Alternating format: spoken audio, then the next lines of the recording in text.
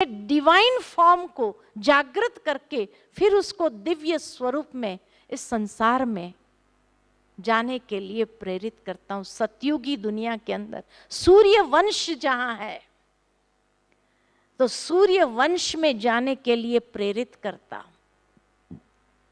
नारायण के साथ हमेशा एक शब्द जुड़ता है, सूर्य नारायण या सत्य नारायण। क्यों सूर्य नारायण सत्य नारायण कहा? क्योंकि सतयुग को, जो कल्प की आदि है, सतयुग को सत्यता का युग, जिसको सूर्य के साथ कंपेयर किया, सूर्य वंश, तो इसीलिए नारायण सतयुग के महाराजा है और सूर्यवंशी है। तभी सूर्य नारायण कहा, सत्य नारायण कहा। लेकिन श्री राम को क्या कहा? श्री रामचंद्र, श्री रामचंद्र। किसी भाई ने मेरे साथ में उस दिन चर्चा की कि श्री राम सूर्यवंशी है, श्री राम के पूर्वज सूर्यवंशी है, जो सूर्य का तिलक लगाते थे। लेकिन श्री राम ने कभी सूर्य का तिलक नहीं लगाया और उसके नाम के साथ जुड़ा श्री रामचंद्र। सूर्य राम नहीं कहा गया। ये बातों के पीछे भी रहस्य है, लेकिन हमें किसी ने समझाया नहीं, और जो हमें समझाया गया वही हम उच्चारण करते रहे। हमने कभी प्रत्यक्ष प्रमाण मांगा नहीं, क्योंकि लोगों ने यही कह दिया, अगर प्रत्यक्ष प्रमाण मांगा तो संशय बुद्धि विनश्यन्ति, यही कह दिया। इसलिए डर लगा संशय करने में भी। लेकिन जब रामचंद्र कहा, सूर्य राम क्यों नहीं कहा? सूर्यवंशी की संतान सूर्यवंशी है, इसीलिए कहा श्री राम के पूर्वज सूर्यवंशी थे। लेकिन जहां से श्री राम आए वहां से चंद्रवंश आरंभ हो गया, इसीलिए श्री राम को त्रेता युग में दिखाया गया है, उसको सतयुग में नहीं दिखाया गया है। त्रेता युग वहां से शुरू हो गया, इसीलिए उसने सूर्य का तिलक नहीं लगाया। उसके पिता ने जब सूर्य का तिलक लगाया तो श्री राम ने क्यों नहीं लगाया? इसलिए राम राज्य कहा। और जिस राम राज्य की कल्पना महात्मा गांधी ने भी किया, उन्होंने सूर्य वंश की कल्पना नहीं किया, क्योंकि सूर्य माना संपूर्ण, कि हम संपूर्ण तक नहीं पहुंच सकते हैं, लेकिन कम से कम राम राज्य जैसा तो अपना भारत बना सकते हैं, बना सकते हैं। लेकिन हमने कभी राम राज्य जैसे मर्यादा पुरुषोत्तम बनने की प्रेरणा भी नहीं ली उससे। श्री राम जैसे मर्यादा पुरुषोत्तम, वो भी श्रेष्ठ है।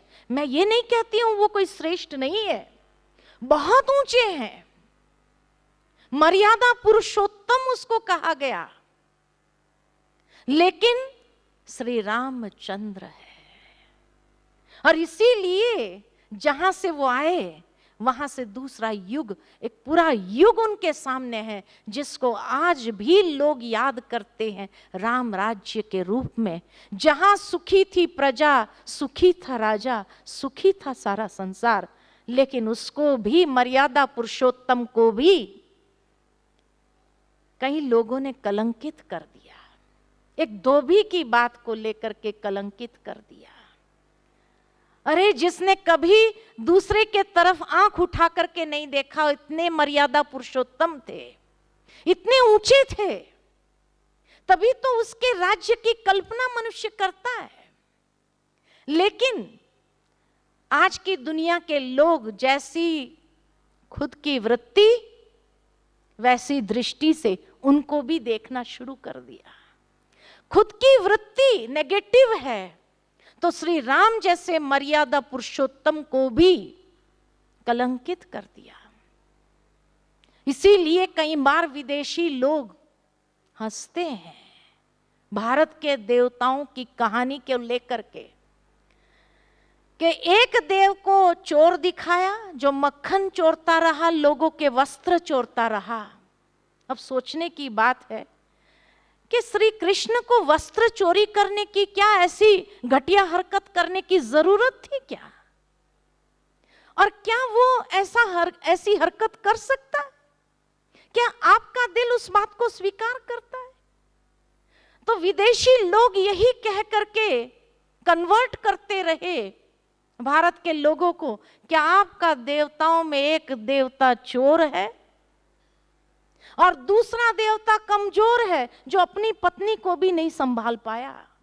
कलंकित कर दिया हमने ऐसे दृष्टांत दे करके।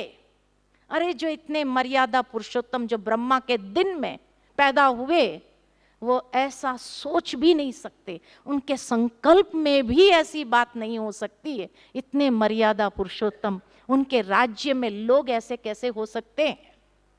जिस राजा की परवरिश में अगर राज्य हो, वहां ऐसे घटिया किस्म के लोग भी हो सकते हैं, हो सकते हैं। आपका विवेक उस बात को स्वीकार करता है?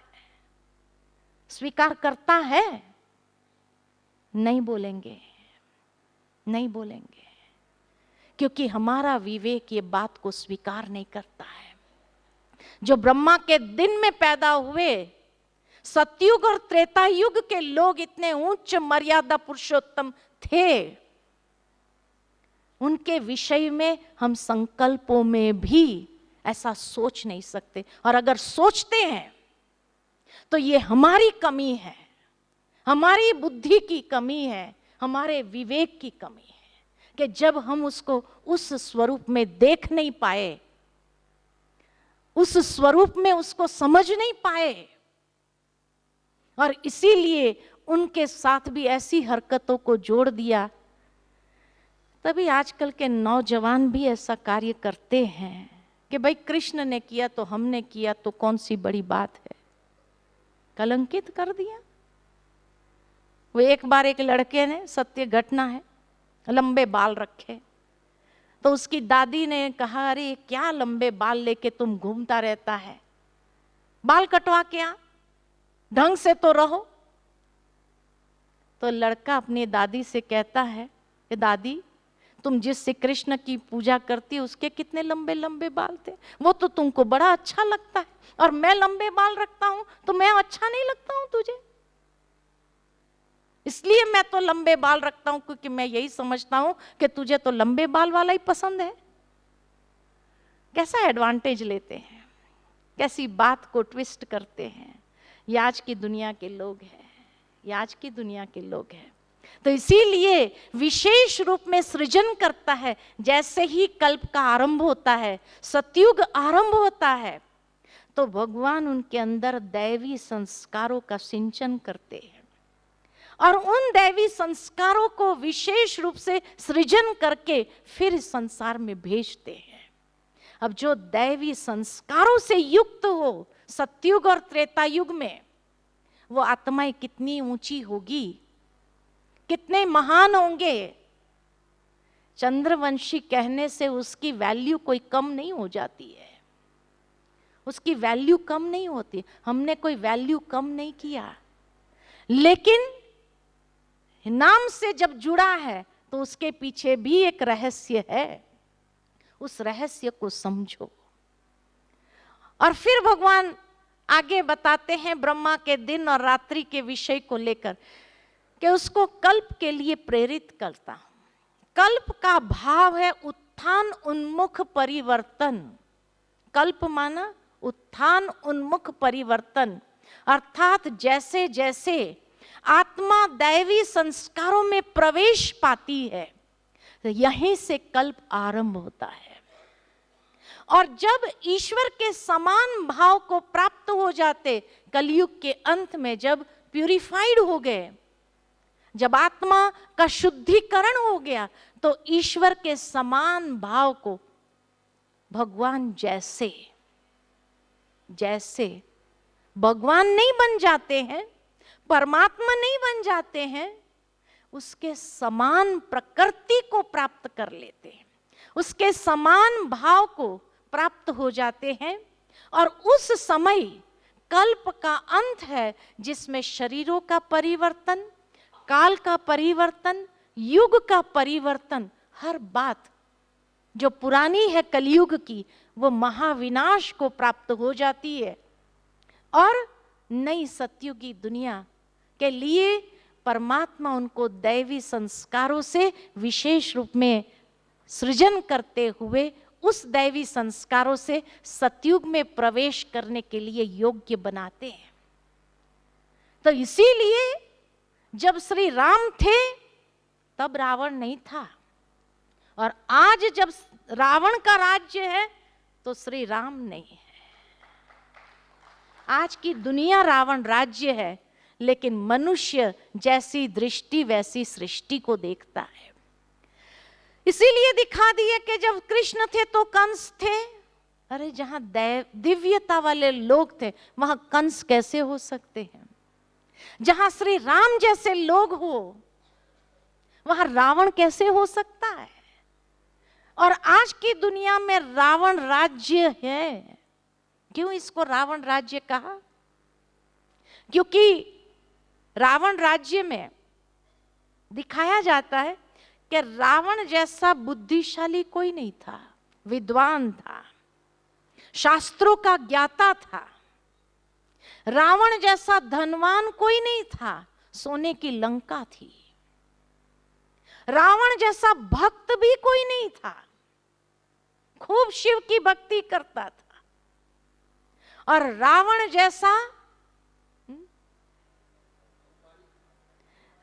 जैसा बुद्धिशाली, भक्ति, धनवान, तो अर्थ, बल, और रावण जैसा शक्तिशाली कोई नहीं था। उसको ब्रह्मास्त्र प्राप्त था, दिव्य अस्त्र प्राप्त था। तो जीवन की जो 4 आवश्यकता मानी जाती है, अर्थ, बल, बुद्धि और भक्ति, ये चारों ही रावण के पास थी। लेकिन फिर भी उसका सर्वनाश हुआ। क्यों? क्योंकि 2 बातों की कमजोरी थी उसके जीवन में। और वो 2 बातों की कमजोरी कौन सी थी? अहंकार चरम सीमा पर था और अनैतिकता उसके अंदर थी।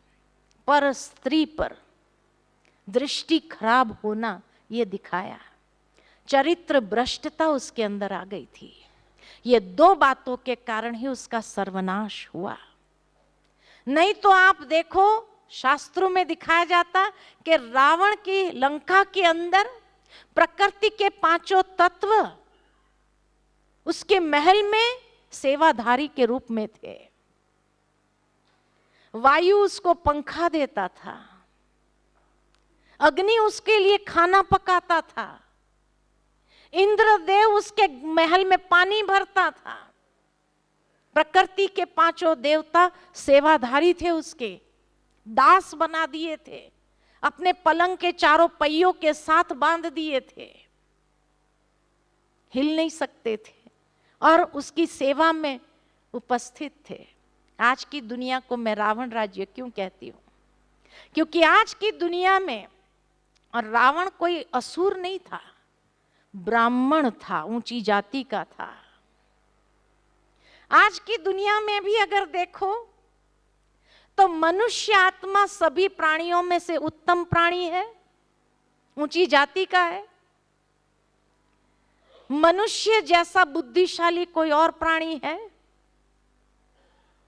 विज्ञान चरम सीमा पर पहुंच गया, इतने आविष्कार कर दिए। मनुष्य जैसा शक्तिशाली कोई है? मिसाइल पावर है, और ये मिसाइलों के नाम क्या है? अग्नि अस्त्र, पृथ्वी अस्त्र, अब ब्रह्मास्त्र भी निकल आया है। तो मनुष्य जैसा शक्तिशाली भी कोई नहीं, बटन दबाने की देरी है। मनुष्य जैसा भक्त भी कोई नहीं मिलेगा। गली में 10 मंदिर मिलेंगे आपको, एक ही गली में 10 मंदिर होते हैं कि नहीं होते हैं? और हर मंदिर के आगे जाकर करता है। मनुष्य जैसा भक्त भी कोई नहीं, और मनुष्य जैसा धनवान भी कोई नहीं। रात्रि के समय में अगर फ्लाइट से नीचे शहरों का नजारा देखो तो सोने की लंका जैसे वो ऑरेंज कलर की लाइट होती है, और उस ऑरेंज लाइट में जैसे शहर चमक दमक हो रहा है। आज शहरों में ऐसी लाइटिंग होती है कि जैसे जगमगा रहा है पूरा शहर, जगमग, तो सोने की लंका जैसा है। लेकिन आज मनुष्य भी किस ओर आगे बढ़ रहे हैं? अपने ही सर्वनाश की ओर। क्यों? क्योंकि मनुष्य जीवन में भी ये दो कमजोरी आ गई है। अहंकार चरम सीमा पर है और अनैतिकता जीवन में आ गई है, जो उसके सर्वनाश का कारण है।